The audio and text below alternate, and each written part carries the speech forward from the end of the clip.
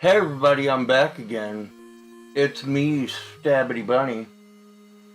And I want to talk to you about what comic books I think you should pick up on this week's new comic book day, Wednesday, September 29th.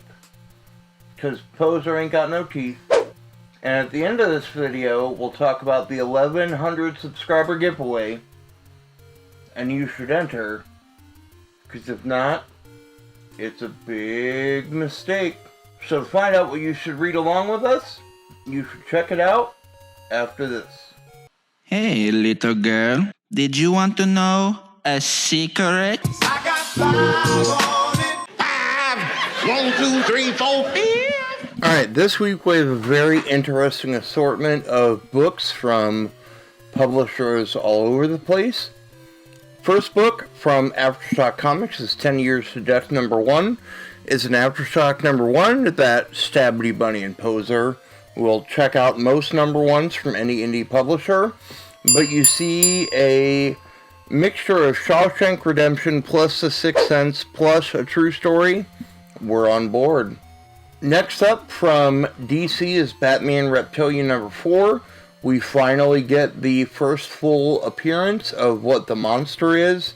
In this book, we're big Garth Ennis fans. There was a Garth Ennis book in the weekly picks from yesterday's video that you should check out if you did not. But we like this dark, gritty version of what's going on in a Batman book. From Darkhawk Comics is Batvark Coronavirus One-Shot number 1. I've read one of these Batvark books.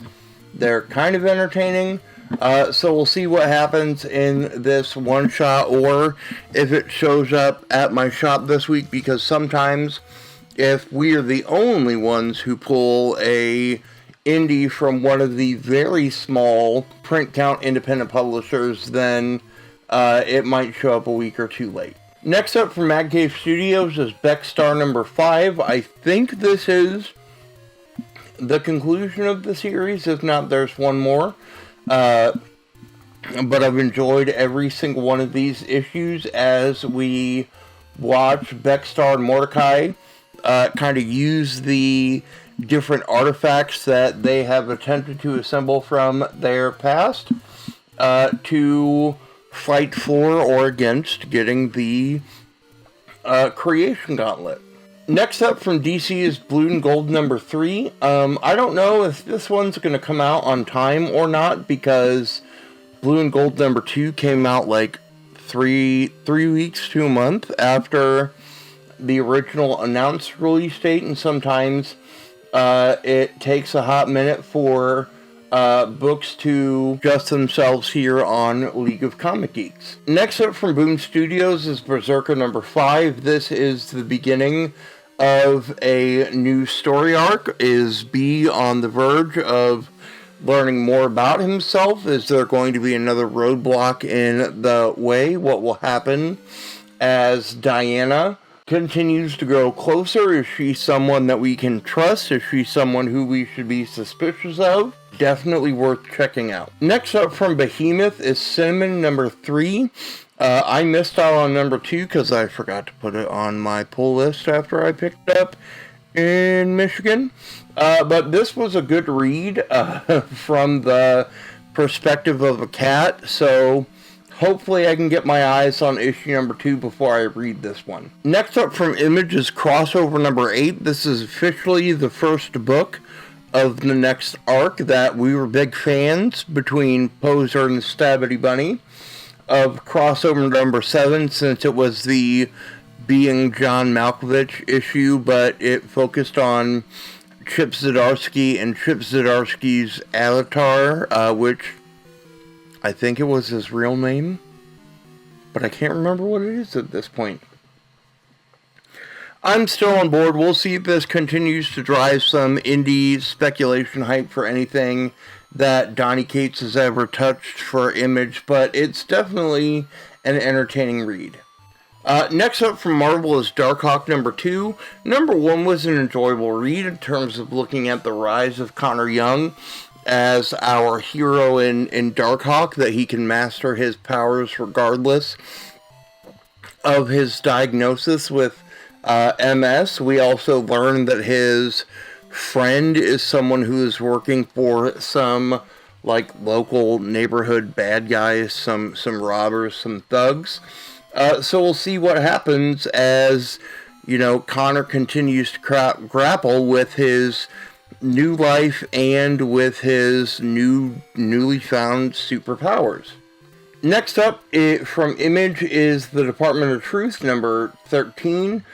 We get to play more with the Satanic Preschooler issue, or the Starman thread that showed up all the way back in issue number 2, which is a well-known conspiracy theory from the 80s that after we got to look at Bigfoot in a couple of issues and some other prominent theories, it's interesting to see what comes back in terms of the end of arc number 2 as we see what happens with Cole as he is still finding his footing within the Department of Truth. Next up from Image is Die number 20. I can't remember. I think this is the last book of the series. But we'll see if the surviving heroes who have not been turned into, like, the undead husks get to go home. This has been a fun read. It tends to me to be better in trade than it is in single issues. Only because there's a lot going on, but it's still very, very good. Especially if you are a tabletop role-playing game kind of fan. Next up from Image is Echolands number 2. We get another book of all horizontal art. It reads very, very interestingly as we watch that Hope Red Hood continues to rise to a position of prominence after a catastrophic event. This book was either the top pick of the week or number 2 in the week that it came out. But it's definitely something worth checking out, and I think next week we might see the supersized director's cut issue of number 1, which I think is going to be kind of dope. Next up is Extreme Carnage Omega number 1. We're an issue or 2 behind, but if you like Carnage books, you'll like it. From Image, we've got The Good Asian number 5. This is the beginning of the second story arc.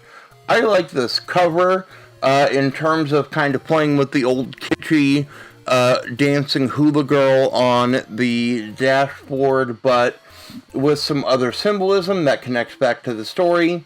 But we are getting more moments that kind of connect things back to the birth of Edison Hark and figure out what happens where we have a Chinese immigrant kind of reporting back on his own community. Next from Vault is Human Remains number 1. Just like we said with Aftershock at the beginning of this video, we will check out any number 1 from most independent publishers, especially Aftershock and Vault Comics. So we'll see what we feel about it. We just saw that a Vault number 1 was coming out and decided to put it on our order at FOC. You've also heard about our love from Icon and Rocket. We are behind on our new milestone reads, but I'm sure this is going to be a good one. Inferno number 1 from Marvel is up next. We're way behind on X-Men, but it's more than well known that Hickman is stepping away from the X-Men universe at the end of this Inferno run event. I don't know what it is because we're way far behind, but we're going to pull it anyway because it's an X-Men book. Next up from Aftershock is Out of Body number 4. It's been interesting watching. I think we've seen 2 people across issues 1 through 3 kind of enjoy this out-of-body experience while they are figuring out who attacked Dan and has harmed his physical body. Good read, very vivid art, definitely worth checking out if you have not done so already. From Dark Horse, we get Parasomnia number 4, another great Cullen Bunn story. He's got a bunch of different comics going on right now that kind of plays with a good duality between the light world and the dark world, where a man is trying to find his missing son amidst a world of dreams. Continues to be super creepy. The art is super compelling. And this may be inching its way up there as one of my favorite Cullen Bunn stories. Next up from AWA Upshot is the Resistance Uprising number 6. This has been the series of books that we've been doing a bunch of conspiracy theory, bulletin board style analysis on, in terms of looking at how all things AWA kind of point back to the Resistance, to Uprising, to Year Zero, and we get to see what happens with the Army of Reborns, how they respond with the assassination of their leader. Next is Something is Killing the Children, number 20. We get to see the next phase of Erica's, initiation event, that she woke up from her battle with her monster initially in the barn at the Order of St. George. Nobody was around, so she thinks that something big is happening next, so will we find more out about her, more about the process, or more about the Order? Good book. I think this is in my email from Boom, and I need to read it because I'm getting anxious. Next up from Humanoids is going to be the first book that we read this week, Space Bastards number 8. It is back. That the trade came out, I think, a week ago, but everybody is back, ready to fight again in the name of the Space Postal Corps. You should check out their website, where you can get some dope-looking hardcover versions of the trade that I'm waiting on, either another Whatnot auction or on Payday, to be able to order those, because they say you buy them and they, are going to create some kind of big epic picture. So that means that they've got plans for this series to last a long time, which excites me. But I'm ready to see what happens in the next arc. That this is in the running for one of my favorite reads of all of 2021, because Derek Roberson's art is amazing. Aubrey and Peterson are just slaying it in terms of the story. And if you're not reading this, go buy the trade, pick up the single of issue number 8 this week. You will not regret it.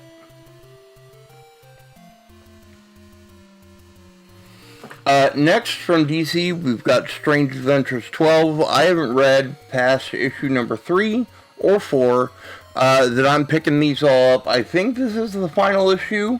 That I'm ready to now sit down and read this in the form of my own trade, and I'll let you know what I think soon. Next up from Marvel, Thor 17. This is the end of the Revelations arc. This has been an interesting up and down road, and learning how Thor is kind of emotionally dealing with the aftermath of the Black Winter and being trapped after, Donald, his, human avatar, went rogue on him. That a lot of things are happening, that he's in the midst of a spiritual and existential crisis, that Odin bitch slapped him around a little bit in issue 16, so we'll see what happens next. I know that Cates has walked away from Venom, and is walking on to Hulk, and that Al Ewing is writing some Venom after this. I don't know if Cates is going to keep up on Thor after we hit issue 17 or 18, but I hope this arc continues, because I like emo Thor. Just like we liked Fat Bro Thor from, Endgame. Next up from Behemoth is Turbo Kid, Apple's Lost Adventure number 1. Literally picking this up because it's a number 1 from Behemoth, which is quickly rising as one of our favorite publishers. Next up from Image is Undiscovered Country 16. This is part 4 of the Possibility arc, so maybe we might get to sing a song. Sing it something, sing it loud, I don't know. Sing it happy, not sad. Sing for good times, not bad. I remember part of it. But I like seeing the idea of creating this masterpiece.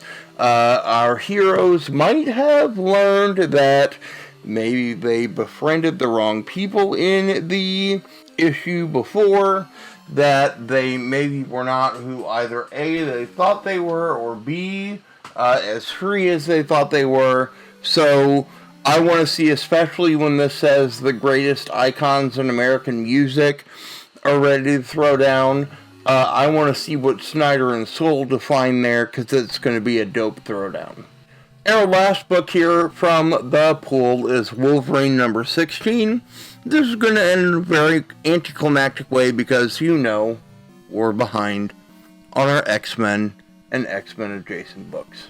I now can't remember if we talked about Winter Guard. Number 1 was dope. It's been a long day. And Poser has no teeth. Here's the part in today's video where we would talk about the books coming out from Scout, but since they've been dealing with print delays and League of Comic Geeks is still a little bit off, pay attention to Comic Book Poser's social media to figure out what Scout books are coming out that you should read, because I'm from Scout Comics and I'll stab you. Well, let's talk about the 1100 subscriber giveaway. We did it. We're very much appreciative of all of the support you've shown us. That Poser and I am equally as shocked by how much people will listen to what we say or like what we do on Twitter, Instagram, and all those other things. So, to enter in the 1100 subscriber giveaway, all you have to do is comment on this video. The giveaway is a over $100 in value mystery box of comics, pops, and other fun things. And I'll show you, with my stupid human who's holding these hands, the featured item that's in here, in addition to some other books from Not Scout or Black Caravan that you might like. The lucky winner will receive a set of Tales Told in Technohorror Number One, the Comic Book Poser AMKM Comics exclusive variant with art on all 3 covers done by the one, the only, the beautiful Nate Johnson. And there's going to be a bunch of other books, some other memorabilia, some channel merch, other cool things. So, like this video, comment on this video. We'll see if we do you send somebody and they say, this person sent me. We'll see. But definitely comment on this video, pay attention to any other instructions on Twitter or Instagram, and you will get your entries. And we will draw our winner, not in next week's video, but in the following Tuesday's weekly pull list video. So that's it. What do you think about our picks? If you're in the live chat, you're letting us know over here. If you're watching it on the rewind, then let us know in the comments down below. But as always, y'all, thanks for stopping by, and have a good one. Stabbity Bunny, out.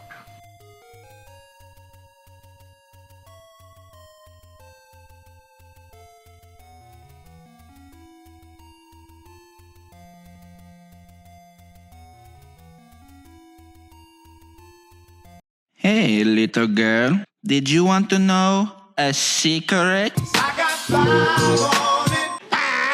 5, 1, 2, 3, 4, 5.